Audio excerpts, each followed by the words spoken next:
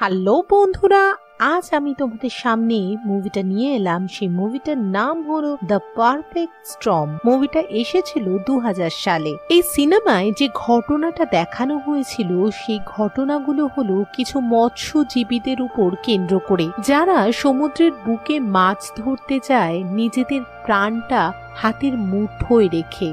তো আর বেশি দেরি না করে যাওয়া যাক সিনেমার মধ্যে যে ঘটনা রয়েছে সেটা দেখার জন্য। এই সিনেমাটার ঘটনা হলো 1991 সালের কিছু সত্যি ঘটনার উপর কেন্দ্র করে বানানো হয়েছিল। লস্টার এমন একটা জায়গা যেটা হলো মৎস্যজীবীদের জায়গা। এটা একটা ছোট্ট গ্রাম বলা যেতে পারে।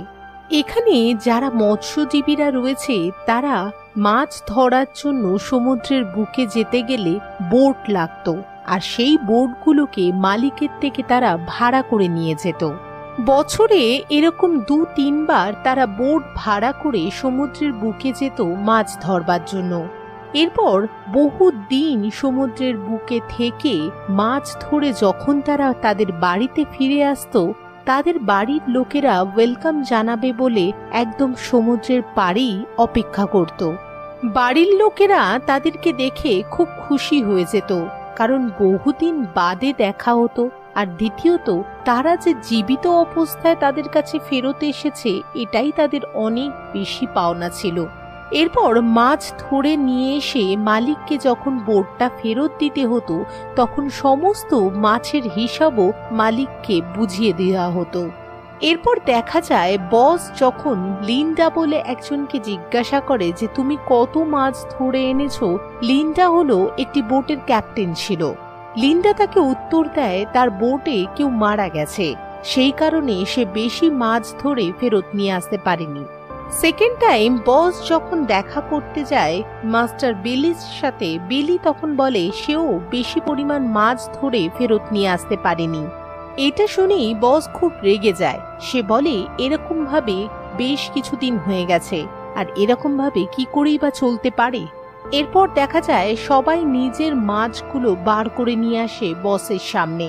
বস গুনে দেখতে লাগে কত মাছ এসছে তার কাছে। এরপর সবাই যখন তাদের পয়সা নেওয়ার জন্য বসের কাছে যায়, তখন বস বিলিকে দেখে বলে যে তুমি কোনোবারই বেশি মাছ ধরে আনতে পারছো না, তাই বোটের ভাড়াটুকুও উঠছে না ঠিক মতো। নেক্সট টাইম তুমি যখন মাছ ধরতে যাবে তখন তুমি লিন্ডার সাথে যেও, তাহলে আরো ভালো পরিমাণ মাছ তুমি নিয়ে আসতে পারবে। বসের মুখ থেকে এরকম কথা শোনার পর বিলি রেগে যায়। সে বলে এরপর সে আরো ভালো করে মাছ ধরে নিয়ে আসবে। বস তখন বলে তুমি যে জায়গায় মাছ ধরতে যাও প্রত্যেকবার ওই একই জায়গায় গিয়ে কম পরিমাণ মাছ ধরেই বাড়ি ফেরত আসো। তখন এই কথাটা শুনে বিলি বলে এরপর আরো গভীরে যাব মাছ ধরার জন্য। বস তখন বলে তোমাকে আর বেশি গভীরে যেতে হবে না, কারণ আমার বোটটা আমার কাছে খুবই প্রিয়। আমি আমার বোটটাকে ফেরত পেতে চাই। এরপর দেখা যায় রাতের বেলা সমস্ত মৎস্যজীবীরা একত্রিত হয়ে একটি হোটেলে গিয়ে খাবার দাবার খাচ্ছে, মজা করছে, কারণ এই বছরের মতো তাদের এই মাছ ধরাটা একেবারের জন্য শেষ হয়ে গেল। এরপর নেক্সট ইয়ার আবার তারা মাছ ধরতে যাবে সমুদ্রের বুকে। ক্যাপ্টেন বেলের টিমে একজন লোক ছিল যার নাম মরফি। সে তার নিজের ছেলেকে হোটেলে বসিয়ে খাবার দাবার খাওয়াচ্ছিল, কারণ তার স্ত্রীর সাথে বনিবনা ছিল না, ডিভোর্স হয়ে গেছিল। তার ছোট্ট ছেলেটি তার কাছেই মানুষ হচ্ছিল। অন্যদিকে ববিকে দেখা যায় সে তার গার্লফ্রেন্ডের সাথে পার্টিতে এনজয় করছিল, আর অন্যদিকে বার্গকে দেখা যায় তার কোনো গার্লফ্রেন্ডই ছিল না, সে একার মতোই হোটেলে খাবার দাবার খাচ্ছিল। এরপর ওখানে ক্যাপ্টেন বিলি এসে যায়। এসে গিয়ে সবাইকে বলে যে আবারও তোমরা তৈরি হয়ে নাও, নিজেদের পোশাক আশাক গুছিয়ে নাও, কারণ কাল ভোরবেলা হতে না হতেই আমরা আবারও সমুদ্রের বুকে যাব মাছ ধরতে। এই কথাটা বলেই ক্যাপ্টেন বিলি ওখান থেকে চলে যায়। ক্যাপ্টেন বিলির মুখে এরকম কথা শোনার পর ববির যে গার্লফ্রেন্ড ছিল সে রেগে গিয়ে ওই পার্টি ছেড়ে বেরিয়ে যায়। বাগও একটু হলেও হতাশ হয়ে পড়ে, কিন্তু ঠিক আছে, তার যেহেতু কেউই ছিল না সেই কারণে সে রাজি হয়ে যায় মাছ ধরতে যাওয়ার জন্য। অন্যদিকে মরফির ছেলে বলে ওঠে যে বাবা আবারও তুমি যাবে মাছ ধরতে। মরফি তখন বলে এটাই আমার শেষ যাওয়া, কারণ এরপর ফেরত আসার পর আমি আর কখনো এই কাজের সাথে যুক্ত থাকবো না। আমি আর কখনোই মাছ ধরতে যাব না। ববের গার্লফ্রেন্ড যেহেতু রাগ করে উপরে ডেকের দিকে চলে যায়, তখন মরফি তাকে বোঝায়, অর্থাৎ ববকে বোঝায় যে তুমি আমার মতো ভুলটা করো না। আমার এই ভুলের কারণেই আমার স্ত্রী আমায় ছেড়ে চলে গেছে, তাই তুমি যাও আর গিয়ে গার্লফ্রেন্ডকে একটু হলেও মানাও। নেক্সট দিন মর্নিং এ যখন ক্যাপ্টেন বিলি রেডি হয়ে যায় মাছ ধরতে যাওয়ার জন্য, তখন তার সাথে লিন্ডা দেখা করতে আসে। লিন্ডা দেখা করতে এসে বিলিকে বোঝায় যে তুমি কেন এই সময় মাছ ধরতে যাচ্ছ, কারণ এই সময় সমুদ্রের বুকে তো বিশাল বিশাল ঝড় ওঠে আর এটা একদমই সঠিক সময় নয়। লিন্ডা বলার পরেও ক্যাপ্টেন বিলি তার কথা কানেও নেয়নি। এরপর সে আকাশের দিকে তাকিয়ে থাকে এক মনে, এক দৃষ্টিতে। আকাশ যেন তাকে ডাকছে সমুদ্রের বুকে মাছ ধরতে যাওয়ার জন্য। এরপর জাহাজের মধ্যে তার পুরনো একজন বন্ধু সেলির সাথে দেখা হয়। সেলিকে জিজ্ঞাসা করে যে এখন তুমি কি করছো। সেলি বলে তার বন্ধুর একটা কাজ সে করে দিচ্ছে। বিলি তাকে জিজ্ঞাসা করে এই কাজের জন্য তার বন্ধু তাকে পয়সা দেবে কিনা। সেলি তখন বলে সে তো আমার বন্ধু, আমি কি করেই বা তাকে পয়সা চাইতে পারি। বিলি কথাটা শোনার পর সেলিকে বলে যে তুমি কি আমার সাথে আবারও সমুদ্রের বুকে মাছ ধরতে যেতে চাও। ক্যাপ্টেন বিলির মুখে এরকম কথা শোনার পর সেলি বলে ওঠে যে আমাদের সাথে বোটে কি মরফিও যাবে, কারণ মরফির সাথে সেলির খুব একটা বনিবনা ছিল না। তবুও দেখা যায় যে সেলি রেডি হয়ে যায়, সে মাছ ধরতে যাওয়ার জন্য একদমই প্রস্তুত ছিল। এরপর সেই সময় চলে আসে যেখানে সমস্ত মৎস্যজীবীরা একত্রিত হয়ে যায়। একসাথে তারা মাছ ধরতে যাবে বলে একদম বোটের সামনে এসে দাঁড়ায়। এরপর দেখা যায় ববির গার্লফ্রেন্ড ববিকে বলতে লাগে যে আমি তো ছোটখাটো কাজকর্ম করি, এখানে তুমি থেকে যাও, তুমিও ছোটখাটো কাজকর্ম করো, তাহলে দুজনে মিলে একসাথে ঠিকই চালিয়ে নিতে পারবো, কিন্তু তুমি এই কাজ করতে আর যেও না। ববি তখন বলে তার গার্লফ্রেন্ডকে যে এবারই আমি শেষবারের মতো যাচ্ছি, এরপর ফেরত আসলে আর কখনোই এই কাজ করব না। এরপরে দেখা যায় সমস্ত মৎস্যজীবীরা নিজেদের রেশন, জল সমস্ত কিছু বোটে ভরতে শুরু করে দেয়। যখন সবাই রেডি হয়ে যায় তখন সবার দেখা যায় যে বোটটা স্টার্ট হয়ে যায়। সমুদ্রের বুকে বোট যেন ভেসে যেতে শুরু করে। কিছু দূর যাওয়ার পর ববি চলে আসে একদম জাহাজের উপরের দিকের অংশে। সেখানে এসে পুরো সমুদ্রটাকে ভালোভাবে দেখতে শুরু করে, কারণ সেও খুব ভালোবাসতো মাছ ধরতে। এরপর ববি ক্যাপ্টেনের সাথে দেখা করতে তার ঘরে আসে। ক্যাপ্টেন ববিকে দেখে খুবই খুশি হয়ে যায়। অন্যদিকে দেখা যায় যে ববির যে গার্লফ্রেন্ড ছিল সে একটা নতুন ঘর নিয়ে নিয়েছে। সে মনে মনে ভাবছে যে এরপর যখন ববি ফেরত আসবে তার কাছে এটা একটা সারপ্রাইজ থাকবে। এরপর আমরা আবহাওয়া দপ্তরের একটি অফিসের দিকে তাকিয়ে নিই, যেখানে কিছু অফিসাররা দেখছে যে স্যাটেলাইটের মাধ্যমে কিছু ঝড় সৃষ্টি হতে চলেছে। বারমুডা ট্রায়াঙ্গেলসের দিকে কিছু এমন ঝড় সৃষ্টি হচ্ছে যেটা খুব একটা ভালো দিকে যাচ্ছে না। এদিকে একটি নৌকাকে আমরা দেখি যে নৌকাটা সমুদ্রের বুকে ভেসে চলেছে আর যাচ্ছে ওই বারমুডা ট্রায়াঙ্গেলসের দিকেই। অন্যদিকে ক্যাপ্টেন বিলির নৌকা এসে পৌঁছে যায়। সেখানে মাছ ধরতে তারা শুরুও করে দেয়। মাছ ধরার প্রস্তুতি করতে করতে প্রায় সন্ধে হয়ে যায়। এরপর দেখা যায় আবারও সেই সেলি আর মরফির ভেতরে ঝগড়া শুরু হয়ে যায়। ক্যাপ্টেন নিজের রুম থেকে বেরিয়ে এসে সেলি আর মরফিকে আলাদা করে দেয়, দিয়ে তা এরপর প্রত্যেকেই ক্লান্ত হয়ে রাত্রিবেলা ঘুমিয়ে পড়ে। ভোর 4টে বাজতে না বাজতেই ক্যাপ্টেন হর্ন বাজিয়ে দেয় বোটে, যাতে তারা রেডি হয়ে নেয় আর মাছ ধরতে শুরু করে দেয়। তারা যে লাইনগুলো সেট করেছিল মাছ ধরবার জন্য, প্রত্যেকটা লাইনই খালি পড়েছিল, কোনো মাছই তাদের জালে ফাঁসেনি। দেখা যায় শেষ মুহূর্তে গিয়ে একটি বড় সড়ো মাছ জালে ফেসে যায়, আর তারপর থেকেই অনেক মাছ আসতে শুরু করে দেয়। অন্যদিকে বিলির মেয়েরা, অর্থাৎ বাড়িতে যারা ছিল ছোট ছোট বাচ্চা দুটো মেয়ে, তারা খবরে দেখছিল যে বারমুডা ট্রায়াঙ্গেলসের দিকে একটা ঝড় সৃষ্টি হয়েছে। অন্যদিকে আমরা ক্যাপ্টেন বিলিকে দেখতে পাই যে একটা মাছও সে ধরতে পারছিল না ঠিক করে। জাল যখন সে গুটিয়ে নিচ্ছে, শেষ মুহূর্তে দেখা যায় একটা শার্ক তার জালে এসে ফেসে যায় আর পাটা কামড়ে ধরে। কোনো রকম ভাবে সবাই মিলে ওখান থেকে গুলি করে শার্কটাকে মেরে ফেলে পাটাকে বাঁচিয়ে নেয়। সেদিনকার মতো কোনো মাছ ধরা পড়েনি বলে তারা ডেকে চলে যায়। ডেকে গিয়ে প্রত্যেকটা মৎস্যজীবীরাই একে অপরের সাথে গল্প শুরু করে। প্রত্যেকেই ক্যাপ্টেন বিলিকে দোষ দিতে শুরু করে দেয়। অন্যদিকে ববিকে দেখা যায় সে ক্যাপ্টেনের রুমে আসে। ক্যাপ্টেনের রুমে এসে ক্যাপ্টেনকে বলে যে আমার প্রচুর টাকার দরকার। ক্যাপ্টেন তাকে বলে আমারও প্রচুর মাছের দরকার। বিলি ক্যাপ্টেনকে বলে যে কখনোই আমরা আসতে চাইনি, আপনি জোর করে আমাদেরকে এখানে এনেছেন, কিন্তু এখন মাছ পাওয়া যাচ্ছে না। ক্যাপ্টেন বলে এরকম প্রথমের দিকে তো হয় যে মাছ পাওয়া যায় না, তারপর এত পরিমাণ মাছ আসতে শুরু করে যে সেটা আমরা সামলাতেও পারি না। নেক্সট ডে তারা আবারও লাইনগুলো সেট করতে লাগে, অর্থাৎ জাল বিছাতে লাগে। এরপর দেখা যায় একটা কাঁটা মরফির গায়ে লেগে যায়, আর কাঁটাটা লাগা মাত্রই যখন টান আসে দড়িতে তখন মরফি সমুদ্রের বুকে চলে যায়। কেউ বুঝতেও পারে না যে কখন মরফি সমুদ্রেতে চলে যায়। এদিকে সেলি যখন রাগ করে মরফির দিকে তাকাতেই যাবে দেখে বোটের মধ্যে মরফি নেই। বুঝে যায় যে মরফি নিশ্চয়ই সমুদ্রেতে পড়ে গেছে।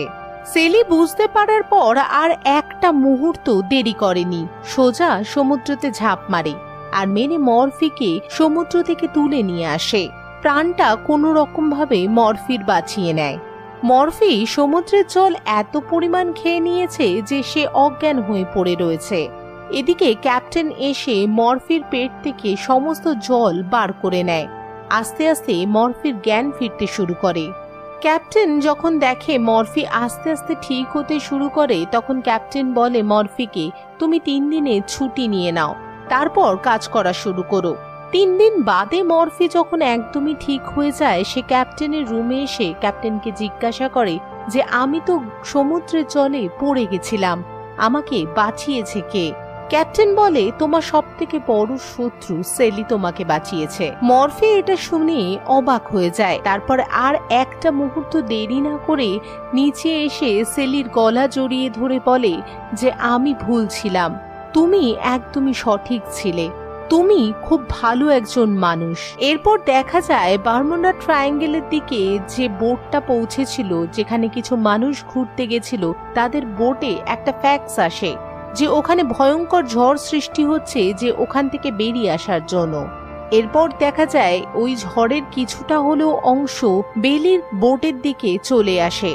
যখন ঝড় তৈরি হয়ে যায় তখন বেলির বোটে যতজন মৎস্যজীবী ছিল তারা কেবিনে এসে অপেক্ষা করতে শুরু করে কতক্ষণে ঝড়টা থামবে। বোটের ভেতরে বসে বসে প্রত্যেকেই বলতে লাগে যে আমরা কোথায় ফেসে গেলাম, আমরা একটা মাছও পাচ্ছি না। ক্যাপ্টেন বিলি এই কথাটা শোনার পর সবাইকে বলে যে তোমরা বলতে কি চাইছো, এখানে মাছ পাচ্ছি না ঠিক আছে, আমরা আরো একটু দূর এগিয়ে যাব, সেখানে গেলে নিশ্চয়ই মাছ পাবো। কিন্তু মরফি বলে ওঠে যে আমরা যেখানেই যাই না কেন এরকমই অবস্থা হবে, কোনো মাছই আমরা পাবো না। এটা শোনার পর ক্যাপ্টেন বলে ওঠে এমন একটা জায়গা আছে যেখানে গেলে আমরা অবশ্যই মাছ পাবো, যেখানে এই সময় সমস্ত মাছরা চলে যায়, সেটা হলো ফ্ল্যামস ক্যাপ। ওখানে গেলে আমরা প্রচুর মাছ নিজেদের বোটে নিয়ে আসতে পারবো। ফ্ল্যামস ক্যাবের নাম শোনার পর বোটে যতজন ছিল তারা প্রত্যেকেই বলে ওঠে তোমরা তো ডিরেক্টলি আমাকে মৃত্যুর মুখে নিয়ে যাচ্ছ, আর এখানে আমরা কেউ যেতে চাই না। ক্যাপ্টেন বিলি তাদেরকে বলে ওঠে যে আমি বুঝেই গেছি যে তোমরা খুবই ভীতু প্রকৃতির, তোমরা কিছুতেই যেতে চাইছো না। এটা শোনার পর প্রত্যেকেই ক্যাপ্টেনের কথায় রাজি হয়ে যায় আর চুপ করে থাকে। ক্যাপ্টেন নিজের রুমে চলে আসে। এরপর অন্যদিকে ক্যাপ্টেন যখন নিজের রুমে আসে তখন ওয়াকি টকিতে যেন লিন্ডা বলে ওঠে যে তুমি কোথায় রয়েছো, কারণ আমিও চলে এসেছি মাছ ধরার জন্য। লিন্ডা আরো বলে যে আমরা অলরেডি 2-3টে মাছ তো ধরেই নিয়েছি, আরো মাছ ধরার চেষ্টা করছি, কিন্তু তুমি আছো কোথায়? ক্যাপ্টেন বিলি বলে আমি জানি যে তুমি খুব ভালো ক্যাপ্টেন, কিন্তু এখন আমরা সেই জায়গায় নেই যেখানে তুমি রয়েছো, আমরা ফ্ল্যামস ক্যাবের দিকে এগোচ্ছি। লিন্ডা বলে ওঠে যে তুমি তো মৃত্যুর মুখে এগিয়ে যাচ্ছ, কেন যাচ্ছ? ওখানে তো প্রচুর পরিমাণে ঝড় ওঠে, তুমি আজকের খবর দেখোনি যে একটা ঝড়ের সৃষ্টি হয়েছে ওই জায়গায়? কিন্তু ক্যাপ্টেন বিলি সেই কথা মানতেই রাজি ছিল না। ক্যাপ্টেন বিলি মনে করছিল যে যাই হয়ে যাক না কেন আজকে তাকে মাছ ধরতেই হবে, সে যেভাবেই হোক না কেন। আর এই কথাটা সে নিজের মনে মনে চিন্তা করে রেডিওটাকে একবারের জন্য অফ করে দেয়। অন্যদিকে ববির গার্লফ্রেন্ড আর মাকে দেখা যায়। তারা টিভির পর্দায় যখন ওই খবরটা দেখতে শুরু করে তখন তারা খুবই চিন্তিত হয়ে পড়ে ববির জন্য। ববির খবর নেওয়ার জন্য যখন একটি হোটেলের মালিকের সাথে কথা বলতে শুরু করে তখন মালিক বলে ওঠে তারা ফ্লেমস ক্যাবের দিকে এগোতে শুরু করেছে। নেক্সট সিনে দেখা যায় বিলির টিম চলে আসে ফ্লেমস ক্যাবের দিকে। তারপর লাইন ঠিক করে নিয়ে এক এক করে মাছ ধরতে শুরু করে দেয়। একটার পর একটা তাদের মাছ জালে ধরা পড়তে শুরু করে দেয়। অন্যদিকে দেখা যায় বারমুডা ট্রায়াঙ্গেলের দিকে যে বোটটি গেছিল, ট্যুরিস্ট বোটটি, সেটা ঝড়ের মুখে পড়ে যায়। রেডিওর মাধ্যমে হেল্প চাইতে শুরু করে। অন্যদিকে ক্যাপ্টেন বিলির বোটটাকে দেখা যায় পুরো মাছে ভরে যায়। ঠিক সেই মুহূর্তেই বিলির বোটে একটা প্রবলেম হয়ে যায়। বরফ বানানোর যে মেশিনটা ছিল সেই মেশিনটা খারাপ হয়ে যায়। তার মানে এটাই দাঁড়ায় যে তারা আর মাছ ধরতে পারবে না, তাদেরকে এখানেই বন্ধ করতে হবে মাছ ধরাটা। ক্যাপ্টেন তার সাথীদের এসে খবর দেয় যে আমরা আর মাছ ধরতে পারবো না, কারণ বরফ বানানোর মেশিনটা খারাপ হয়ে গেছে। তাই আমাদের যত তাড়াতাড়ি সম্ভব ফেরত গিয়ে বাজারে এই মাছগুলোকে বিক্রি করতে হবে, নয়তো মাছগুলো ধরার কোনো মানেই আর থাকবে না। সাথীদেরকে এবার এটাও বলে যে আমরা এবার বাড়ি ফিরতে চলেছি। সবাই খুব খুশি হয়ে যায়। এরপর ক্যাপ্টেন বিলি যখন নিজের রুমে আসে তখন একটা ফ্যাক্স তার হাতে এসে পড়ে। অন্যদিকে দেখি ঝড় সৃষ্টি হয়ে গেছে সমুদ্রের বুকে। একটা মালবাহী জাহাজ ওই ঝড়ের মধ্যে পড়ে যায় এবং আস্তে আস্তে জাহাজটাও খারাপ হতে শুরু করে দেয়। এরপর ক্যাপ্টেন বিলিকে দেখা যায় সে তার সাথীদের কাছে আসে আর এসে ফ্যাক্সটাকে দেখায়। ফ্যাক্সটা দেখিয়ে বলে যে রাস্তায় বড় বড় তুফান আসতে শুরু করেছে, প্রচুর বড় বড় ঢেউ আসবে, যে ঢেউয়ে হয়তো আমাদের বোটটা নষ্টও করে দিতে পারে। আমরা যদি এখানে কিছুদিন অপেক্ষা করি যে এই তুফানটা শেষ হওয়ার পর এগোবো তাহলে আমাদের মাছগুলো খারাপ হয়ে যাবে, তাই যেভাবেই হোক আমাদের এগিয়ে যেতেই হবে। ক্যাপ্টেন বিলির মুখে এরকম কথা শুনে তার সাথীরা বলে ওঠে না, যেভাবেই হোক আমাদের বাড়ি ফেরত যেতেই হবে, কারণ মাছগুলোকে সঠিক টাইমে বাজারে নিয়ে গিয়ে বিক্রি করতেই হবে। শেষ টাইমের জন্য বিলি জিজ্ঞাসা করে তাহলে আমরা এগোতে শুরু করি, তুফানের জন্য কারোর তো কোনো প্রবলেম নেই। তার সাথীরা সবাই একমত হয়ে বিল্লিকে বলে যে যাই হয়ে যাক না কেন আমরা এই মাছগুলো নিয়ে গিয়ে সঠিক টাইমে বাজারে বিক্রি করবই, কারণ আমাদের প্রত্যেকের পয়সার প্রয়োজন রয়েছে আর সেটা আমাদের আসতেই হবে পয়সা নিয়ে।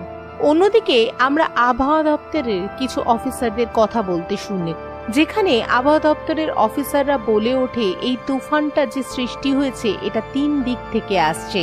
এরপর যখন ওই 3 দিক থেকে আসা তুফান এক জায়গায় এসে মিলিত হবে তখন এটা ভয়ঙ্কর রূপ নেবে, যেটা সচরাচর দেখা যায় না।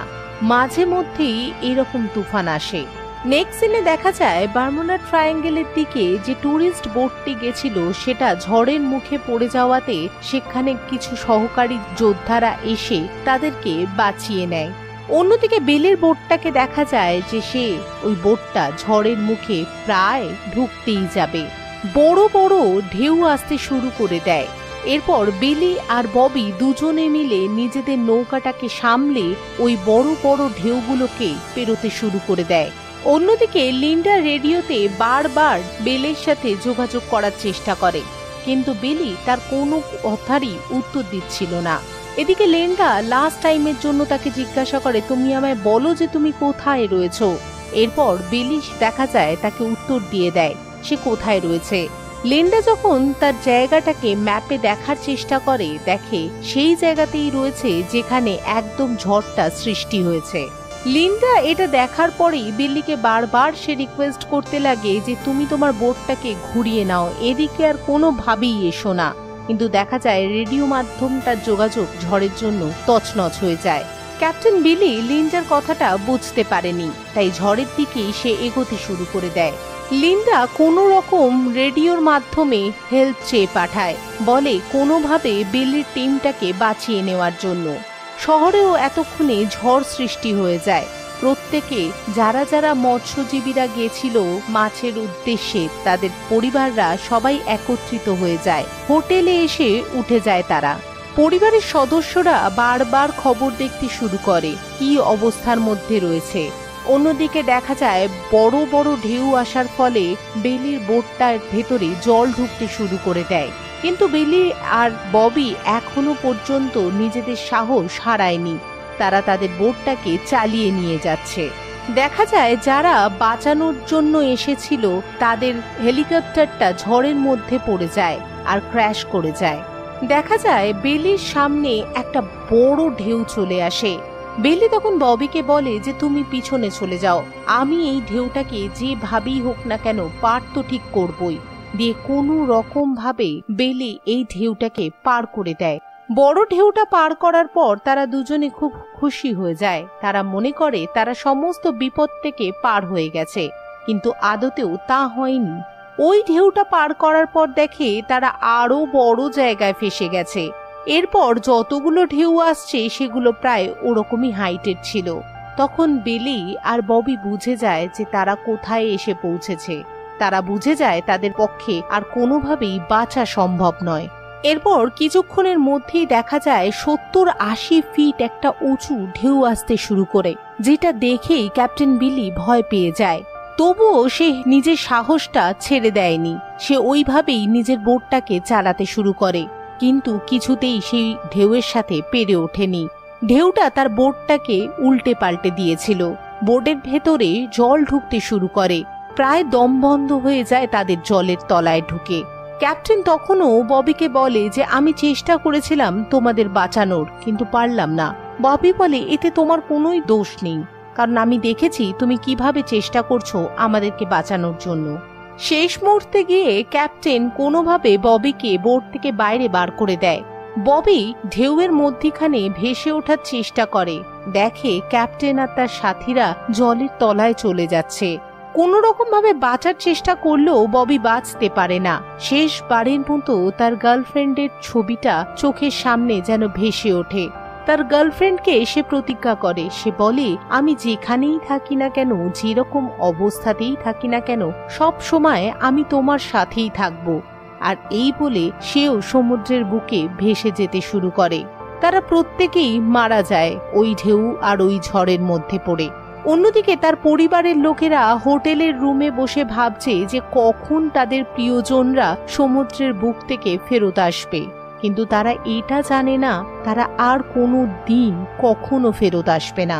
এরপর দেখা যায় কিছুদিন বাদে চার্চে তাদের প্রত্যেকের নামে শ্রদ্ধাঞ্জলি দেওয়া হচ্ছে। এই হলো ক্যাপ্টেন বিলি আর তার সাথীর ঘটনা। আর এখানেই এই মুভিটি শেষ হয়ে যায়।